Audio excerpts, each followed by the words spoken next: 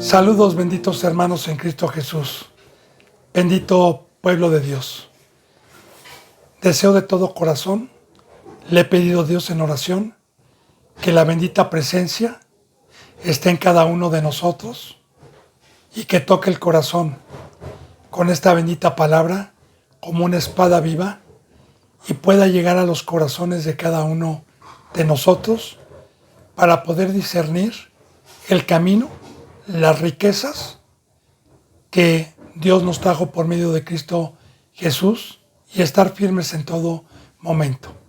Hermanos y hermanas, le he pedido a Dios, le he orado a Dios para que me permita exponer su palabra conforme a su presencia y con todo temor reverente, sabiendo que Dios nos va a pedir a cada siervo algún día cuentas de lo que hayamos hablado, no inventar, no testificar algo que no lo haya comprobado y que me lo haya permitido Dios para la edificación, para la vida.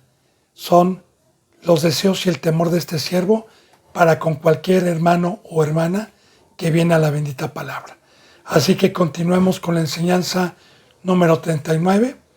He pedido por todos los que están en México, en Estados Unidos, en Ecuador, en Perú, en Colombia, en Brasil, en España y en todo lugar donde Dios me permita llegar o que llegue esta bendita palabra por cualquier medio, he pedido por cada uno. Continuemos con la Proverbios capítulo 13, versículo 24. Bien, palabra de Dios. Dice: el que detiene el castigo a su hijo aborrece. Y sí, efectivamente ayer que nos quedamos en este versículo que ya no lo expuse porque me quedaba poco tiempo y yo dije que era algo muy profundo para poder entender este bendito versículo. Bueno, vamos a hablar con la palabra y hablar también con los razonamientos de Dios.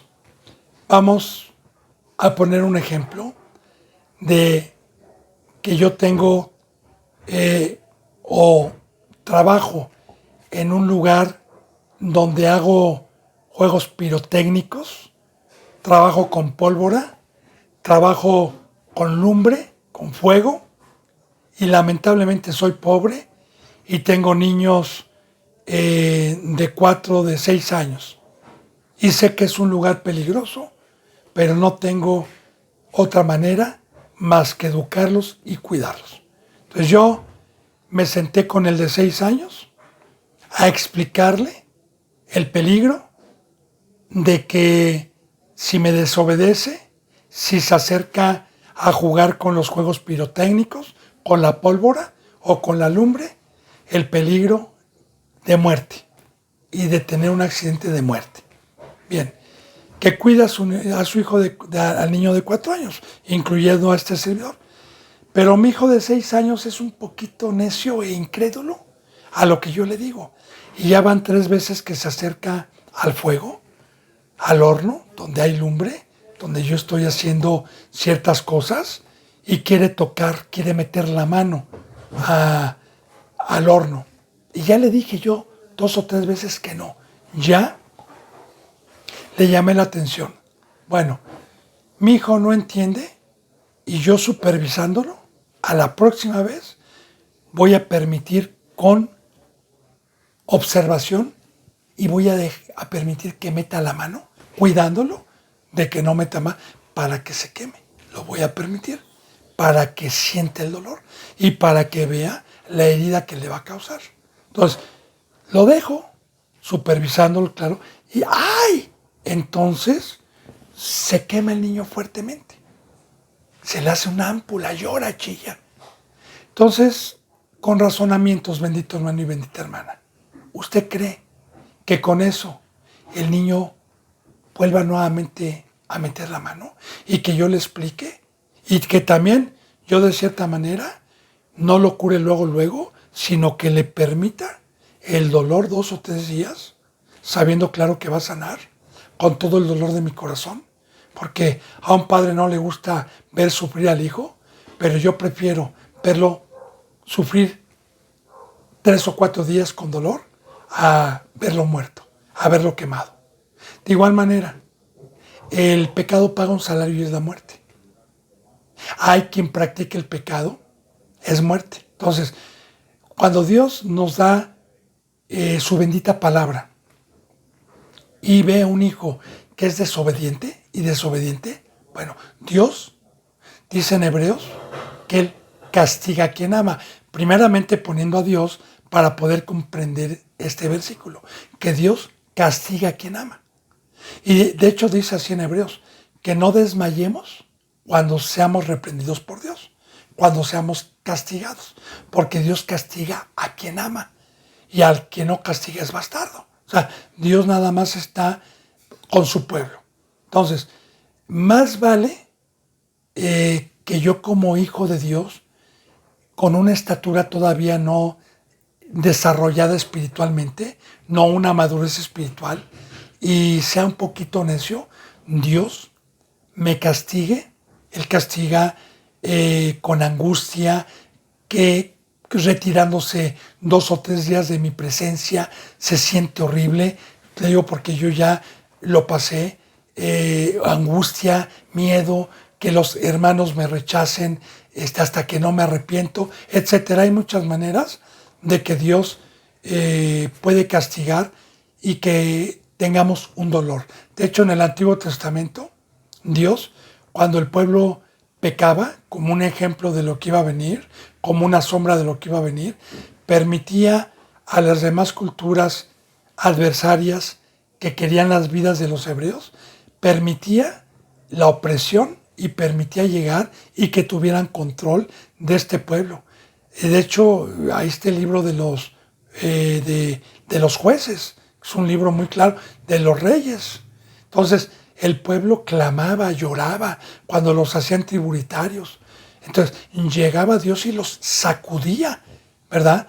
Y así también en el Nuevo Testamento, Dios permite que Satanás llegue y me sacuda. Dios utiliza la vara, que es el adversario, para darme duro. Entonces, este pueblo, cuando veía que eran tributarios, que no tenían comida, que eran maltratados, clamaba con dolor, reconocían su pecado y Dios los perdonaba. En los tiempos de Balac, en los tiempos de todos estos hombres en el libro de los jueces. Entonces, también así poniendo simbolismos, primeramente poniendo a Dios, que Él castiga a quien ama para no morir, porque yo sé que si mi hijo juega con la lumbre, se puede encender la pólvora, se puede pasar a mayores y no nada más va a morir él, sino sus hermanos, y va a causar una catástrofe bastante grande. Así también el que peca, pues causa muchas veces catástrofe, causa muertes alrededor, hablando de pecado, y por eso es que Dios al que ama castiga. Ahora, aquí a nosotros como padres, primeramente como padres cristianos, yo tengo hijos todavía en mi hogar como cristianos en este camino, y el mandamiento que tengo principal de Dios para con mis hijos es instruirlos en el camino de la verdad, es enseñarles el camino de la verdad. Eso es lo que yo tengo.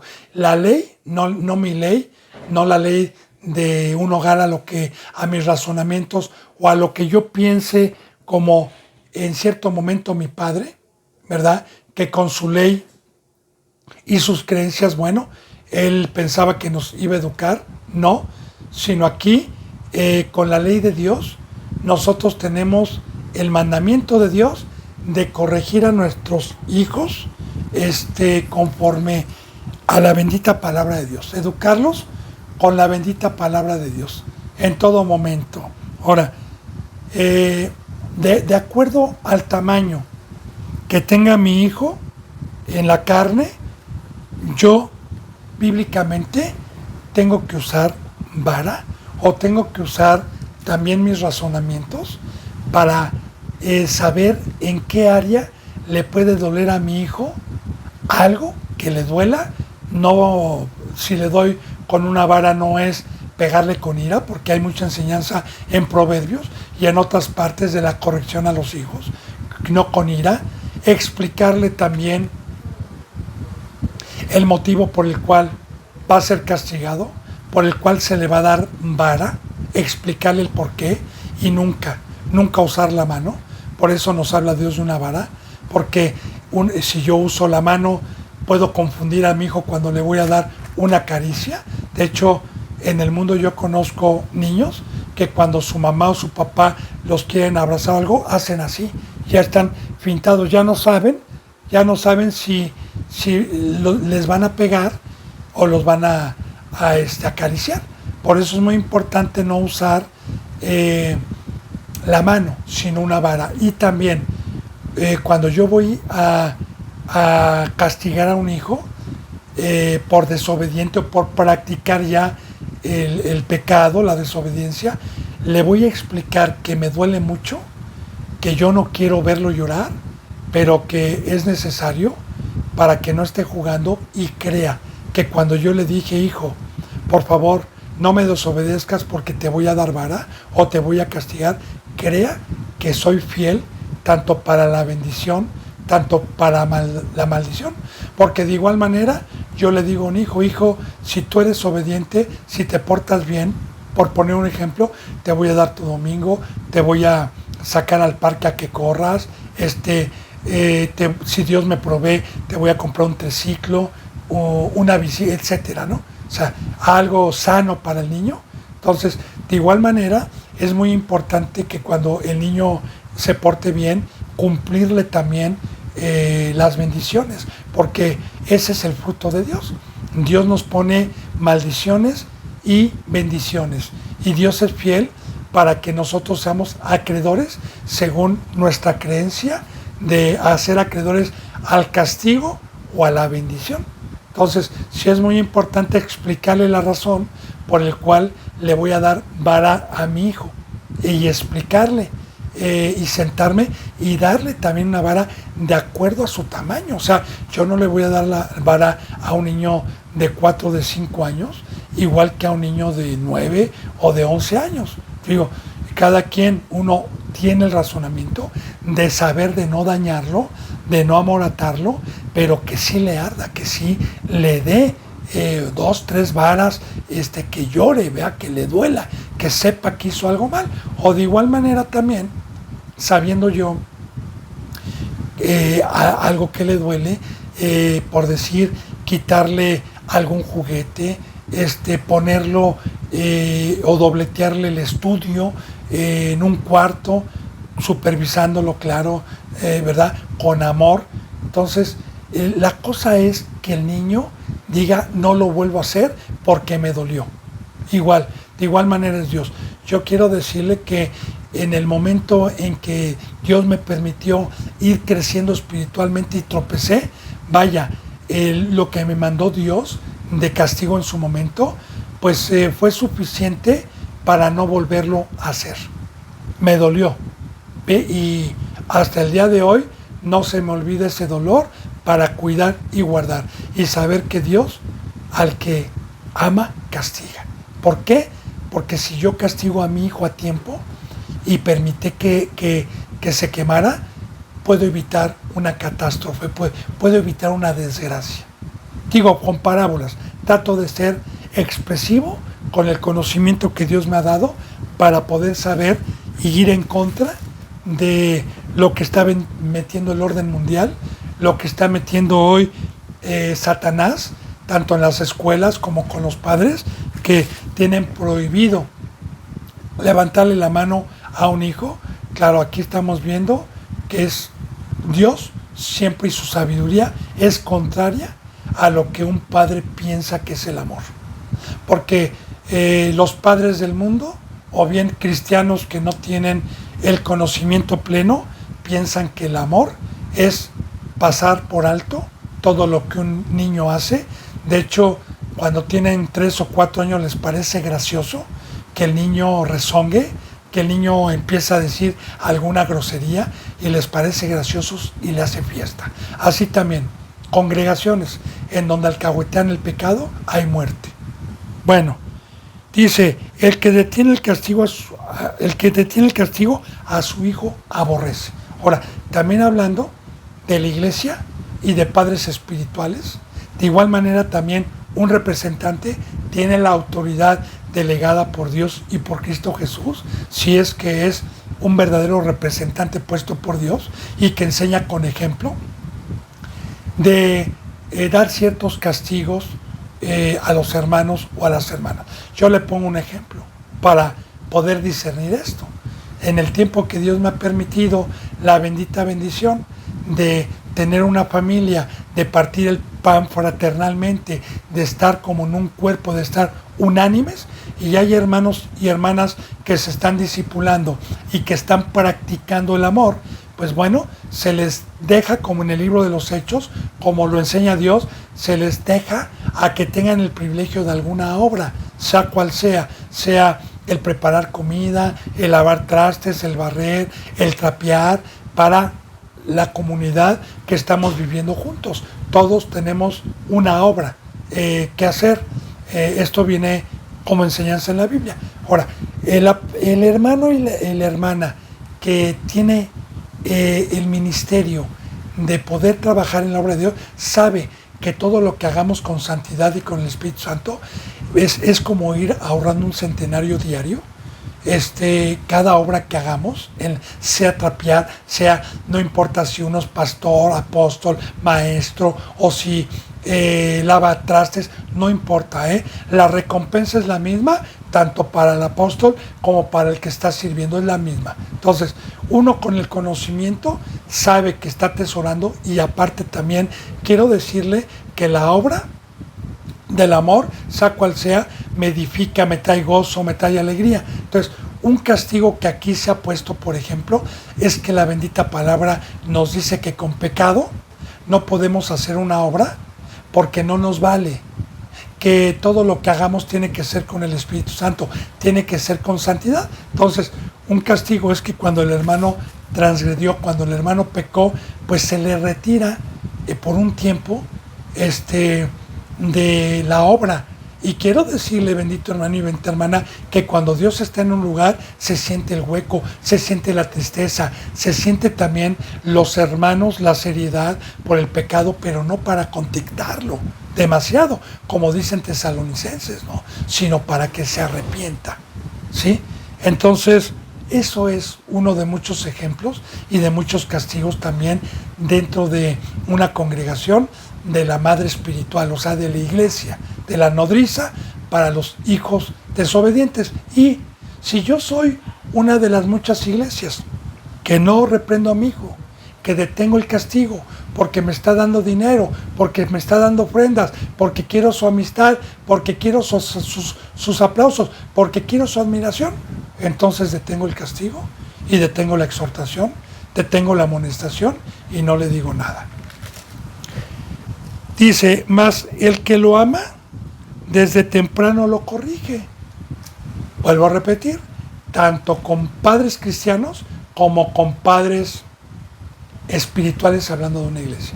Y desde temprano, ahora sí, desde que el niño viene y nace espiritualmente, desde el momento en que se bautiza, desde el momento en que empezó a participar de este camino, desde temprano se le enseña esta doctrina, desde temprano se le enseña de acuerdo a su tamaño espiritual, porque recuerde que a un niño se le da leche, como dice en Pedro, ¿verdad? La leche no adulterada, la leche espiritual, que es hablar de bautizo, que es hablar del juicio que viene, que es hablar de la cruz, que es hablar, etcétera. O sea, los primeros rudimientos, se le da leche, pero desde temprano lo estamos cuidando a que conforme va teniendo los mandamientos los vaya practicando. Entonces, ese es el amor, bendito hermano y bendita hermana, de un verdadero padre, de un verdadero pastor, de un verdadero apóstol, el que corrige, el que castiga, el que exhorta, el que amonesta, el que está cuidando al rebaño y está dando su vida día con día para guardar la ley de Dios. Otra vez, más el que lo ama desde temprano lo corrige.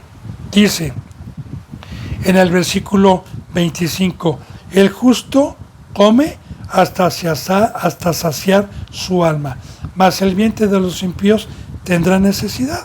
Ahora bien, el justo, acuérdese, bendito hermana y bendito hermano, que cada que Dios nos habla de justicia, de justo, ponemos de ejemplo primeramente a nuestro Señor Jesucristo, que Cristo Jesús no se le halló pecado, que Él fue obediente a su Padre y se hizo obediente hasta la muerte de cruz. Ahora, el justo es aquel que tiene los mandamientos y es un hijo obediente, que está practicando todos los mandamientos de Dios día con día. Bien, y claro que el justo, si ya tiene un tamaño espiritual, porque habla de un justo, para poder ser justo necesito haber tenido todos los mandamientos y practicarlos. Entonces, yo sé que mi alimento, mi comida, es amar a mi prójimo. Es el campo que me dejó Cristo Jesús, que es su obra. Ese es un alimento. Recordemos un versículo bíblico que utilizo mucho yo en la Biblia para enseñar sobre este alimento. Jesús, alguna ocasión cuando daba las buenas nuevas de salvación a la samaritana, llegaban sus discípulos con un alimento físico para el cuerpo humano y él dijo, no, yo tengo otra comida que hacer, que me mantiene vivo, que me mantiene saciado, hacer la voluntad de mi Padre, que es ser luz, que es ser sal. Entonces, el justo come hasta saciar su alma. Y yo quiero decirle, bendito hermano y bendita hermana, como testimonio, que yo tengo la necesidad de enseñar la palabra todos los días. Digo, un día que yo esté enfermo, por X, ¿no? Porque estuve enfermo del COVID hace algún tiempo, ¿no? Y no podía hablar, no podía levantarme. Entonces, quiero decirle que se siente horrible el no dar palabra, el no alimentarse, ¿sí? El querer orar y quedarse dormido, se siente horrible, siente un hueco, se empieza uno a debilitar. Entonces, el dar palabra, el llevar el evangelio, el servir, es una comida que me va fortaleciendo. Y aparte de todo, cuando yo leo, aparte de estar dando la enseñanza, cuando leo en secreto, cuando oro en secreto, pues la revelación es aún mayor, el entendimiento aún es mayor que si yo fuera perezoso. Entonces, es un alimento del espíritu, la obra que Dios nos dejó. Y quedo satisfecho día con día, después de que terminé el día, después de que terminé la obra, quedo satisfecho, me duermo en paz, me duermo tranquilo, me duermo lleno de Dios. Alabado sea Dios. Ahora, el justo come hasta saciar su alma. Y sí, acuérdense que Dios es un Dios espléndido que nos trae un banquete, que nos trae una mesa llena como en la multiplicación de los peces, 4,000, 5,000 personas que fueron saciadas y todavía las canastas quedaron llenas. Dice, mas el vientre de los impíos tendrá necesidad. Porque recuerde, bendito hermano y bendita hermana, mire, el impío generalmente se baja de la cruz por amar más la obra del diablo, por amar más la carne, por amar más el trabajo egocéntrico que me da riquezas temporales. Entonces, en automático no puede tener este alimento porque hay una ley escrita por Dios que para poder tener este pan de vida necesito primeramente estar en la cruz y necesito también estar trabajando en la obra de Dios.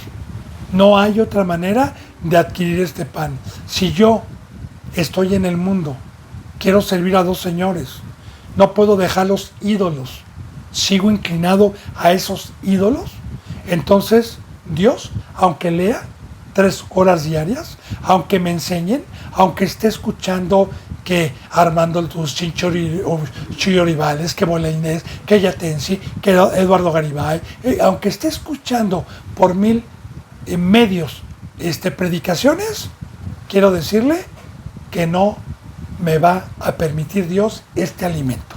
No es que yo lo desee, aquí está. Y hablando del vientre, no habla carnalmente, siempre Dios nos habla con parábolas, con ejemplos, espiritualmente hablando. Entonces, de hecho, bendito hermano y bendita hermana, referente a la cruz, referente a la obra, referente a lo que le estoy diciendo, referente a esta comida, a mí me impacta una de las muchas enseñanzas que hay que hablan de esto, me impacta una en el libro de Daniel. Cuando el rey Nabucodonosor, por estrategia de malos hombres, manda hacer una estatua de oro para que cuando se escuchase una trompeta y una señal, 3 veces al día tenían que adorar y postrarse cada que se escuchaba la señal. Y el que no lo hiciera, al horno de fuego. Ahora, los 3 amigos de Daniel, ¿sí? Cuando escucharon, Cedrac y los otros 2 amigos, no se postraban y los fueron a acusar, ¿verdad? Señor Nabucodonosor, tu ley está escrita y sellaste con el anillo real, que cualquiera que no se postrara a la señal iba a ser al horno de fuego. Y hay 3 que eran pues ejecutivos de Nabucodonosor, pero les habían tendido una trampa por envidia a los puestos que tenían. Ya esa enseñanza es muy profunda también para acomodar lo espiritual, pero ahorita no me voy a inclinar a eso. Bien, los mandó traer Nabucodonosor y dijo, ¿qué no entendieron? ¿Por qué no se han doblado rodillas? Y ellos dijeron, porque nosotros nada más doblamos rodillas a un Dios y servimos a un Dios, no a otros dioses. Y no tememos tu decreto, Rey, porque al Dios que servimos es fuerte y Él no nos dejará. No tememos tu decreto. De igual manera, el simbolismo, la profecía que hay desde ahí, es que a mí, Satanás, por medio de falsas congregaciones, por medio del mundo, me ha querido obligar a adorar el trabajo del mundo, a adorar las escuelas, a adorar los dioses que bíblicamente los especifica como ídolos. Y sí, me deja adorar a mi Dios, pero primeramente adorar a otros dioses. Y recuerde, el pueblo de Dios siempre ha tenido un solo Dios, y hoy en el nuevo pacto un solo Dios y un mediador. ¿Y por qué un solo Dios? Porque quiere mi vida. Porque un solo Dios es para que me entregue a Él. Porque cuando tengo en el mundo que trabajo, que escuelas, que afanes, que negocios, tengo otros dioses a quienes doy mi confianza y mi vida, y que me dejan algo a cambio. Entonces, sí es muy importante, bendito hermano y bendita hermana, que a estos hombres, el horno de fuego es la prueba que Dios permite para purificarnos. Pero uno debe entrar con fe para salir como oro puro, ¿verdad? Entonces, el horno de fuego es tribulación, que nos persigan, amenazas, que nos dejen, que perdamos familias por no querer servir a otros dioses. Estoy tomando como referencia el libro de Daniel, ¿sí? O que fueron echados al horno, como muchas veces nos han vituperado, nos han amenazado, y Dios nos ha permitido la prueba, ¿ya? El horno, 7 veces su grado lo subieron mal, los hombres que estaban ahí prendiendo el hombro fueron quemados, pero los 3 hombres que fueron echados al horno, y esto fue real, como una profecía, no son fábulas, no son cuentos, no se les quemó un solo cabello, ni hollín en su ropa, y había un cuarto ser, que era Cristo, en medio de ellos, donde no se quemaron. Así, bendito hermano y bendita hermana, para poder tener este pan, para poder tener este alimento, necesito estar consagrado, necesito estar en la cruz, necesito estar en el campo, como le he dicho, pero si yo quiero tener otros dioses, entonces Dios no me da alimento, no me da entendimiento, no me da el pan de vida. Por eso dice, mas el vientre de los impíos tendrá necesidad. Necesidad. Ellos leerán, escucharán, pero no entienden ni disciernen el verdadero camino, porque hay un precio para poder comer este pan de vida. Muy bien, bendito hermano y bendita hermana. Vamos a proseguir con el capítulo 14 de Proverbios, 14:1. Dice la palabra, la mujer sabia edifica su casa. Fíjese cómo Dios es muy repetitivo, utilizando siempre la mujer, como yo, a los que han dado un seguimiento en el libro de Romanos, de Hechos, de Pedro, las epístolas de Pedro, de Juan, de Timoteo, a los que han venido dando un seguimiento, que siempre les dije que Dios hablaba con parábolas, con ejemplos, y que la mujer se refiere a la esposa del diablo o a la esposa de Cristo, refiriéndose siempre a la iglesia, sea buena o sea mala, nos cataloga muchas veces como la mujer. Ahora, bien, aquí estamos hablando entonces de una iglesia consagrada, de una iglesia no extraña, de una iglesia que guarda el depósito, de una iglesia que tiene el favor de Dios, cuando dice la mujer sabia, no insensata, no impía, porque ya también nos ha hablado de la mujer ramera, de la mujer extraña, a los que han dado un seguimiento, aquí mismo en Proverbios. Ahora, la mujer sabia, esto quiere decir, la iglesia santa, la iglesia sana, edifica su casa. Y sí, vamos a ver. ¿Qué es edificar?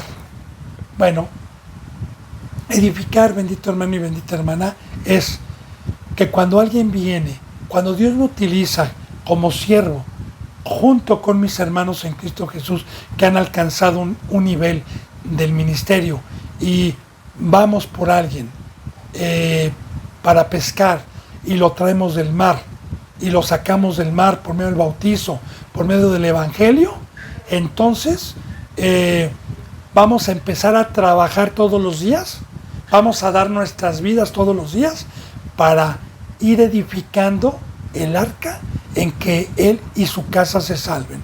Y esto es todos los días con la instrucción de Dios. Edificar, como dice también en Efesios capítulo 5, que el edificio bien coordinado, que es la iglesia, va creciendo hasta ser morada del Espíritu Santo. Porque nuestro deber es que esa ovejita que va llegando, trabajemos todos los días por 1 año, 2, 3, 4 años, hasta que sea templo de Dios, hasta que alcance el ministerio, hasta que sea un miembro del cuerpo de Cristo Jesús y nos pueda ayudar en la obra y pueda tener la bendición del campo. Ahora, la iglesia sabia se dedica no a destruir, sino se dedica a edificar. Y claro, así como nuestro Señor Jesucristo vino a destruir el templo terrenal y vino a levantar con su sangre y con su vida un templo para Dios, de igual manera, así como nuestro Señor Jesucristo en la cruz y con su sangre lo levantó, de igual manera Jesús es el camino. No hay otra manera de poder levantar a un hermano o una hermana para que sea templo, para edificar una casa espiritual. No hay otra manera más que la cruz, mi vida, las lágrimas, el exhorto, la amonestación, el apacentar, el cuidar al rebaño día con día para edificar. Y recordemos, en Pedro dice muy claramente, ¿verdad?, que nosotros ponemos la piedra, que es Cristo Jesús, la piedra que los arquitectos desecharon, que ha venido a ser piedra de edificación para los que creen y piedra de tropiezo para los que no creen. Y también dice que nosotros somos piedras vivas para que otro sobreedifique sobre Cristo primeramente y sobre la iglesia.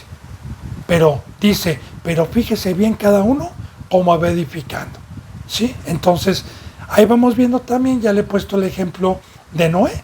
Noé edificó su casa, el arca, en la cual se salvó él y su casa. Ahora, la mujer sabia edifica, se dedica para hacer nuevas criaturas, para hacer criaturas angelicales, para hacer que usted sea el día de mañana el templo de Dios, la casa de Dios, que es la iglesia. Edifica su casa. Dice, más la necia, la mujer necia, esto quiere decir las congregaciones mundanas de prosperidad que no quisieron pagar el precio de la cruz, con sus manos la derriba. Y claro, sí, la mayoría de las congregaciones que se autodicen hoy cristianas están destruidos sus templos por Satanás. No mora el Espíritu de Dios. Esta es palabra de Dios, no es palabra mía. Dice en el versículo 2, el que camina en su rectitud teme a Jehová.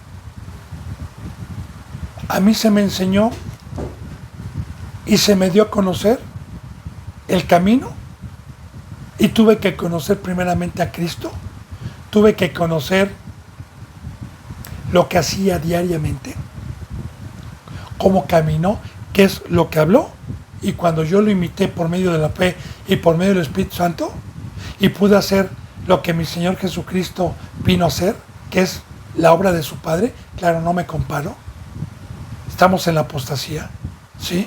Pero así Pablo dijo, imítenme como yo imito a mi Señor Jesucristo. Jesús caminó rectamente. Ahora, el que puede llegar a caminar y a seguir las huellas y el ejemplo de nuestro Señor Jesucristo, camina rectamente ante los ojos de Dios. No regresa para atrás. Ahora, el que hace esto es porque teme a la ley, teme a los decretos, teme a las maldiciones que están selladas por el Todopoderoso en esta bendita palabra como pueblo. El pecado paga un salario y es la muerte. Y yo sé que si camino no rectamente, muero. Entonces, el temor que yo tengo es guardar mi vida, no la física, no. La que me importa más es la eterna.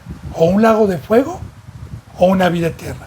Entonces, yo a la verdad, bendito hermano y bendita hermana, créame, yo tengo temor de pecar y de que se me metan demonios, de quedar con un espíritu de mentira creyendo que soy cristiano, pero a lo que más le temo es el día que venga Cristo Jesús. A lo que más le temo es a un lago de fuego donde bíblicamente no hay salida, donde hay un dolor día y noche, donde va a estar el adversario y el enemigo de Dios eternamente.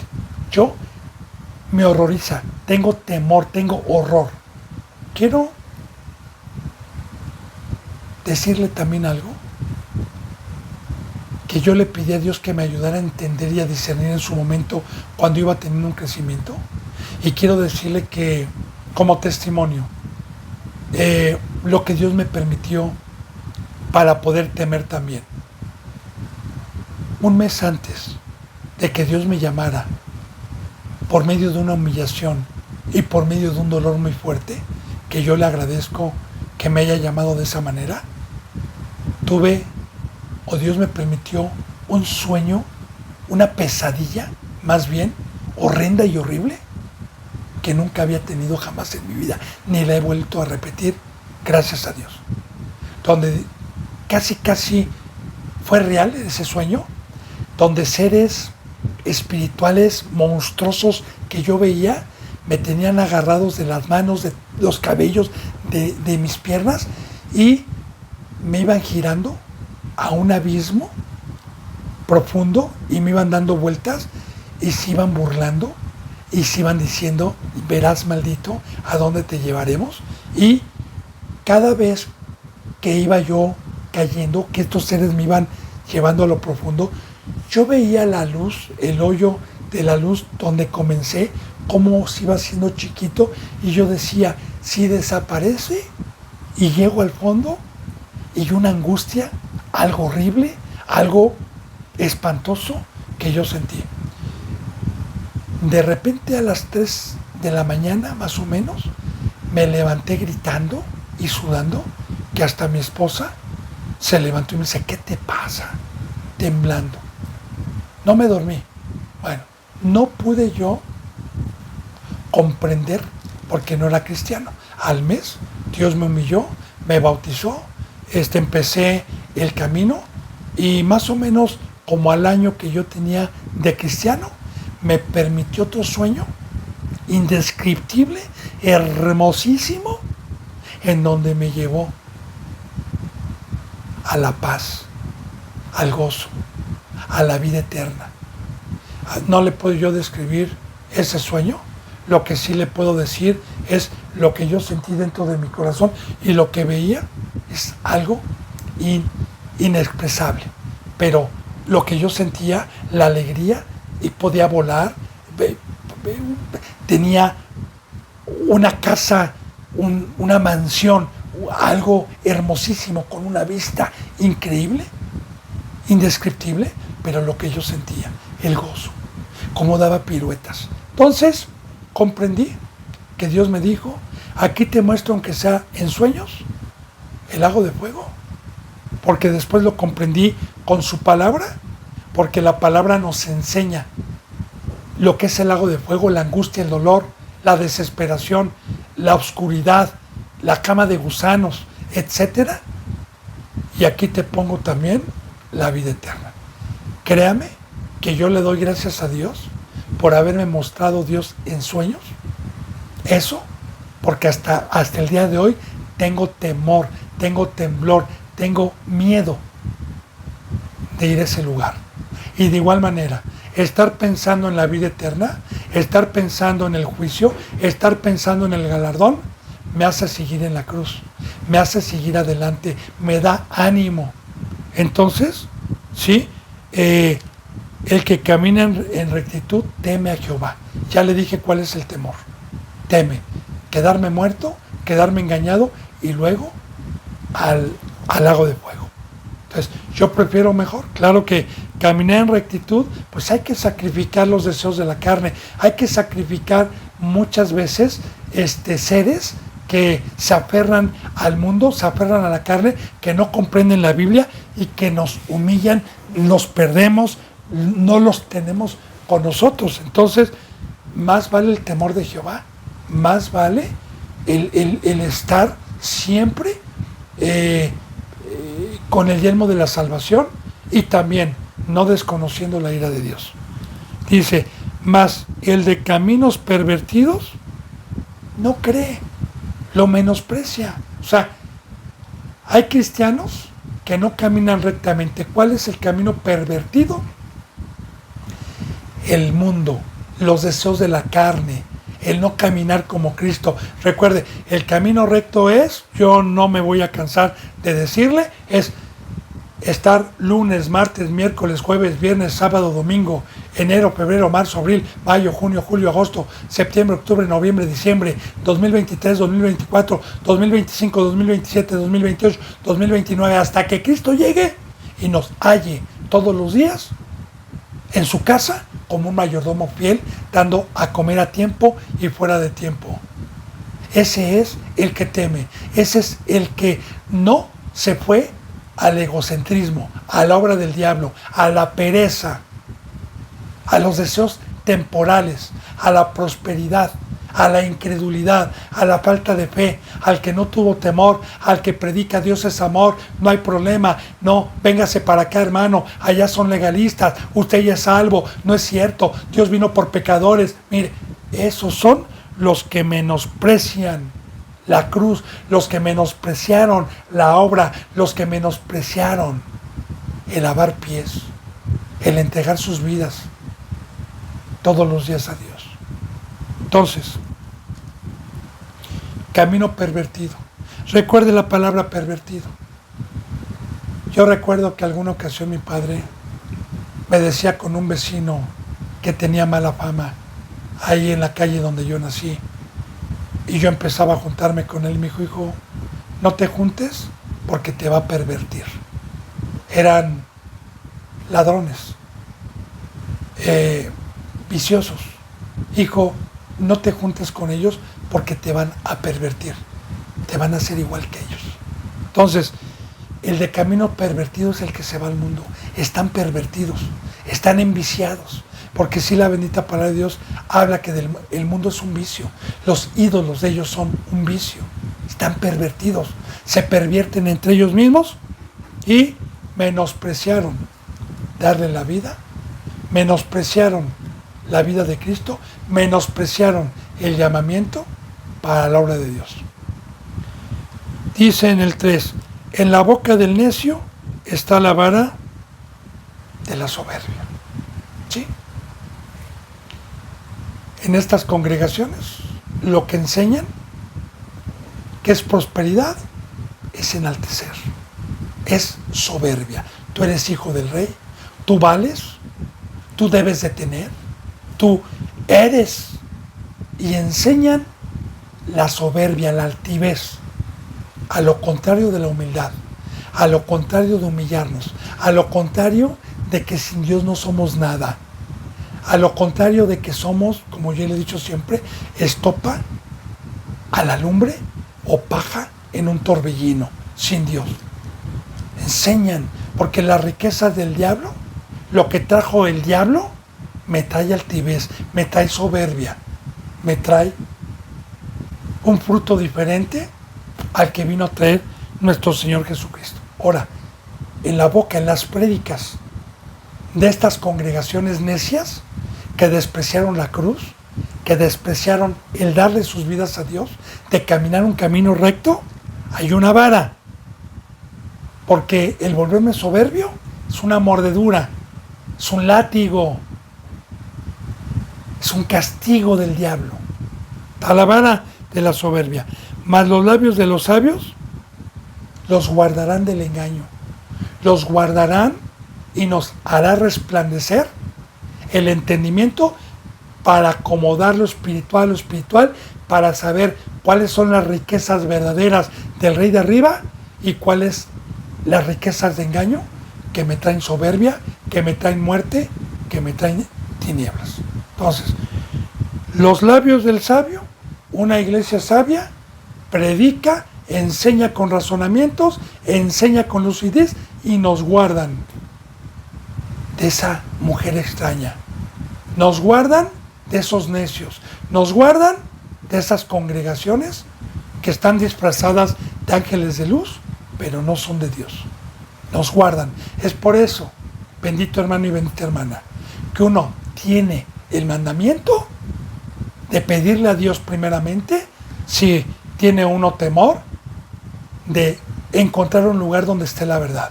Y cuando lo encuentre, que no se le haga dura la palabra, que le pida a Dios revelación, que le pida a Dios con humildad y se calle y sea pronto para escuchar. No una enseñanza, porque hay muchos que ponen y ven, a ver Proverbios, a ver Roma, empiezan a escuchar, ya no, otro legalista no, y no cierran la boca, no son humildes para escuchar, todos Romanos por ejemplo, y quedarse callado para dar un juicio, no son humildes para pedirle a Dios. Entonces es muy importante que si uno encuentra los labios, una congregación en donde no haya necedad, en donde haya sabios, donde tengan la sabiduría de Dios, ahí se queden, porque me va a guardar de la mujer extraña, de los necios, de la soberbia.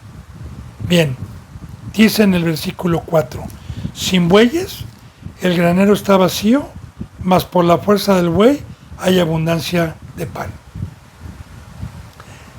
Hay un versículo bíblico en el Nuevo Testamento en Corintios, en donde Pablo pone un ejemplo de que los corintios iban a dar para los obreros. Y así pone el ejemplo Pablo. Dice, y saca una cita bíblica del Antiguo Testamento y dice, no pondrás bozal al buey que trilla. Y todavía dice Pablo, ¿tendrá Dios cuidado de los animales? ¿O lo habrá dicho por los siervos, por los obreros? Y dice claro, dice Pablo, claro que lo dice por nosotros. No pondrás bozal al buey que trilla es, no lo dejes sin comer. Dale Claro, ahí no toca, ahorita en este versículo no toca esa enseñanza de lo que es el diezmo, de lo que son el compromiso que nosotros tenemos para un buen cierre. Ahorita no voy a tocar ese tema. Pero estamos utilizando buey. ¿Quién es un buey? La iglesia. ¿Por qué?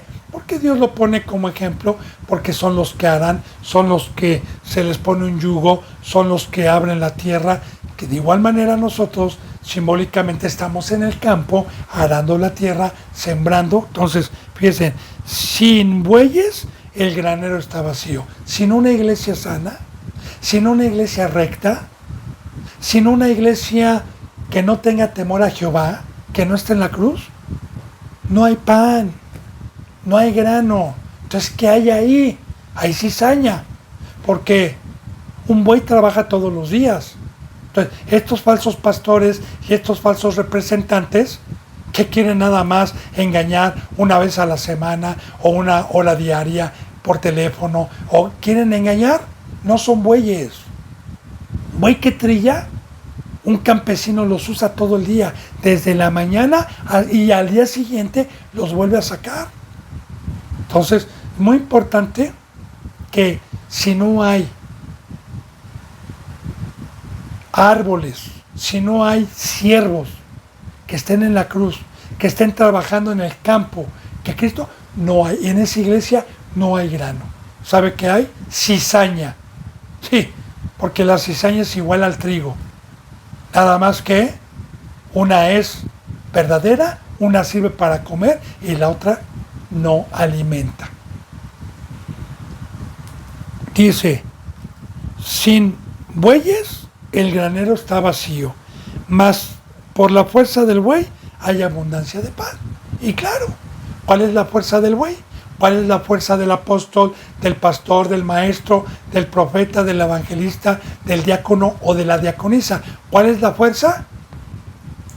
La presencia de Dios.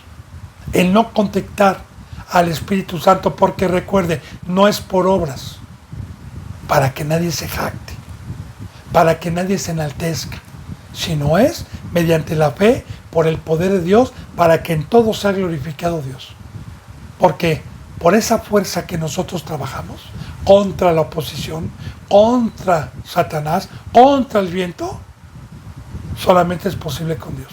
Entonces la fuerza del buey, gracias a la fuerza del buey, gracias a que no pecó, gracias a que teme a Dios, gracias a que cuida el depósito, puede haber pan en una congregación.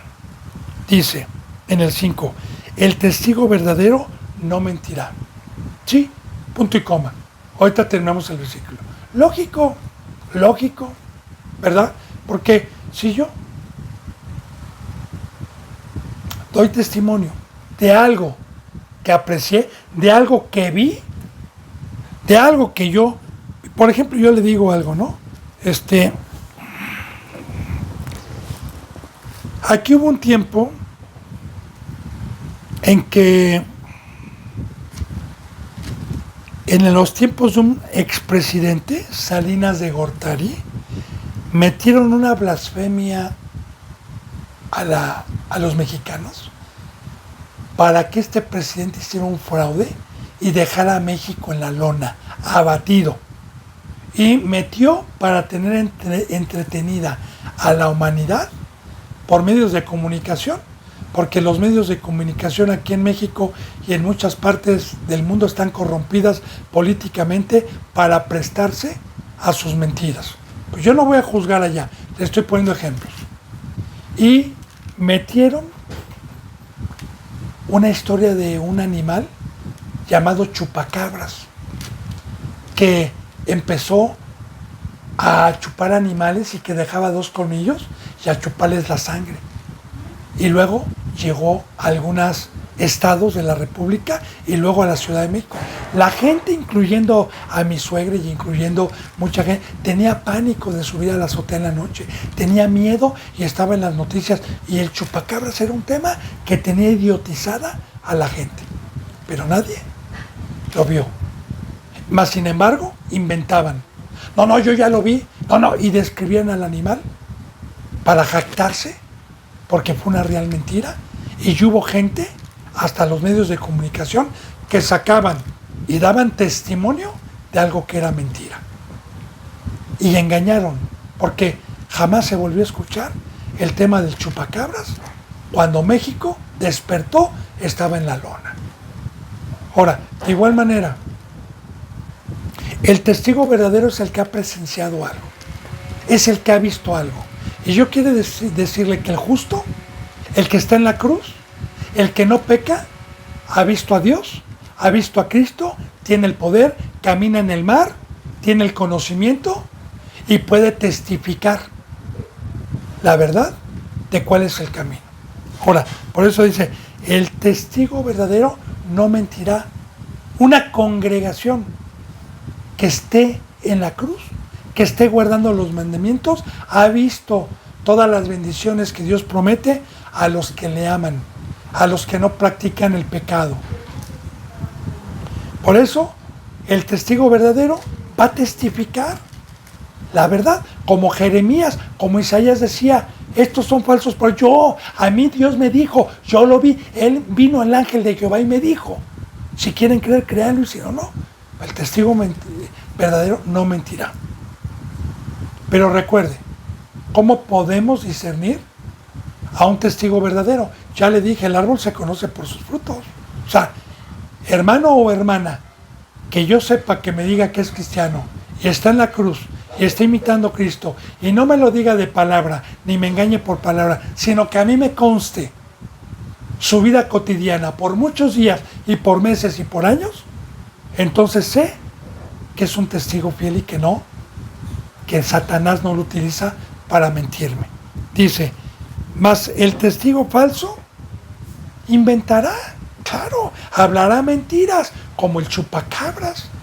Nunca lo vieron, sacaban imágenes, en muchos pueblos decían, yo vi al chupacabras en la noche, lo vi y así es. Mentían. Era nada más para tener fama. Era nada más para que les aplaudieran, para jactarse. De igual manera, los que dicen yo he visto a Dios, yo puedo caminar en el mar, son testigos, y esos testigos falsos que han dicho que han visto a Dios, mienten y predican mentira, no pueden tener la verdad y son los que llevan al Seol. Dice en el 6, busca el escarnecedor la sabiduría y no la halla. Y sí, el escarnecedor es el hijo que viene y dice, sí voy, amén, y no va. Y vuelve a venir y dice, amén, sí voy, y no va. Y vuelve a venir y dice, amén, sí voy, y no va. Pero está inclinado a querer saber, a querer leer, a querer la sabiduría. Está entregado a ir a escuelas teológicas, a escuchar. Pero ¿sabe qué? El que no practica la verdad no halla la sabiduría. El precio para poder hallar la sabiduría es la cruz, es no burlarse, es decirle yo voy a ir. Esa es la ley, ya está escrito. Es por eso que hay tanta mentira, es por eso que hay tantas congregaciones falsas, porque para poder tener la verdad, para poder tener esta bendita palabra en mi corazón, para poder tener la canasta llena de peces y de pan, para poder tener los tesoros antiguos y los tesoros nuevos, necesita la cruz, necesita muerte. Necesita salir del mundo, necesita una consagración total a Dios. Esta es la ley, está escrito, pero el que quiere servir a dos amos no puede tener la ley, no puede tener la sabiduría. Ahora, el encarnecedor, todos los cristianos que se burlan, que quieren estar en el mundo con un pie en el mar y con otro pie con Dios, van a las congregaciones, buscan por medio de YouTube, pero ¿sabe qué? No la hallan. No la encuentran, porque esta sabiduría está arriba. Esta sabiduría se encuentra en la cruz. Esta sabiduría no se encuentra abajo. Dice, mas el hombre entendido, la sabiduría le es fácil. Sí, alguna ocasión, bendito hermano y bendita hermana, como testimonio, me decía a mí una hermana, otra hermana, un hermano que se les reprendía y me decía, no hermano, es que yo quisiera algún día tener la sabiduría que Dios le ha dado a usted. ¿Cómo? Es que yo no estudié tanto, yo nada más cursé hasta la primaria, otras veces yo a la secundaria no tengo el lenguaje, no sé hablar. Mire, le digo, ¿sabe qué, hermano y hermana? En el momento en que Dios le habló, las riquezas, las promesas de ser sacerdotes, de ser reyes, de tener su presencia y de comprender la palabra de pi a pa, es en general, sin importar educación, estatus social, nivel educativo del mundo, no, sin importar si eres de letras, si eres sin letras, si eres pobre, si eres rico, si te sabes expresar, si tienes educación o no, eso no importa. Los mandamientos y la sabiduría es cualquier persona la puede entender con justicia, porque el maestro es el Espíritu Santo. El traductor de esta bendita palabra es la presencia de Dios en mi vida. Es yo peco, se me sale el lenguaje, se me sale el traductor y me quedo sin entendimiento, por más que le macheteé, por más que lea, no, porque esta palabra es espiritual. Y Dios, recuerde que dijo Cristo, mi Padre está buscando adoradores de espíritu a espíritu, porque en espíritu y en verdad es necesario que le adoren. Para poder entender este lenguaje necesito ser espiritual. Por eso muchos tienen la Biblia y les da dolor de cabeza. Por eso muchos tuercen las escrituras. Por eso muchos no entienden Apocalipsis, no entienden Génesis, no entienden Ezequiel, no entienden Daniel, no entienden Job, no entienden muchas las cartas de Pablo, que son muchas, que muchos tuercen, no las entienden. ¿Por qué? Porque se han de discernir espiritualmente, porque se han de entender espiritualmente. Ahora, el hombre entendido, ¿quién es el hombre entendido? El que tuvo temor, el que no perdió la cabeza de Cristo, el que tiene la cabeza de Cristo, el que teme, el que todos los días está practicando los mandamientos, el que no quedó trastornado, el que tiene cordura por tener temor y por guardar la cabeza de Cristo, es el que va a entender. Ahora, el hombre entendido, la sabiduría, le es fácil. ¿Por qué le es fácil? Porque para esto nos hizo Dios. Porque el que tiene el Espíritu y el que no peca, lee la Biblia y Dios le da discernimiento, le da entendimiento de este bendito camino y le es fácil cuando lee la palabra decir, gloria a Dios, ya entendí el mensaje, ya puedo acomodar lo espiritual a lo espiritual. Bueno, bendito hermano y bendita hermana, se me ha ido la hora de este día. Si Dios me lo permite, mañana continuaremos con la enseñanza número 40. Que la bendita presencia de Dios y de Cristo estén con ustedes. Les mando un abrazo y el beso del óculo santo. Hasta mañana, si Dios lo quiere. Gracias.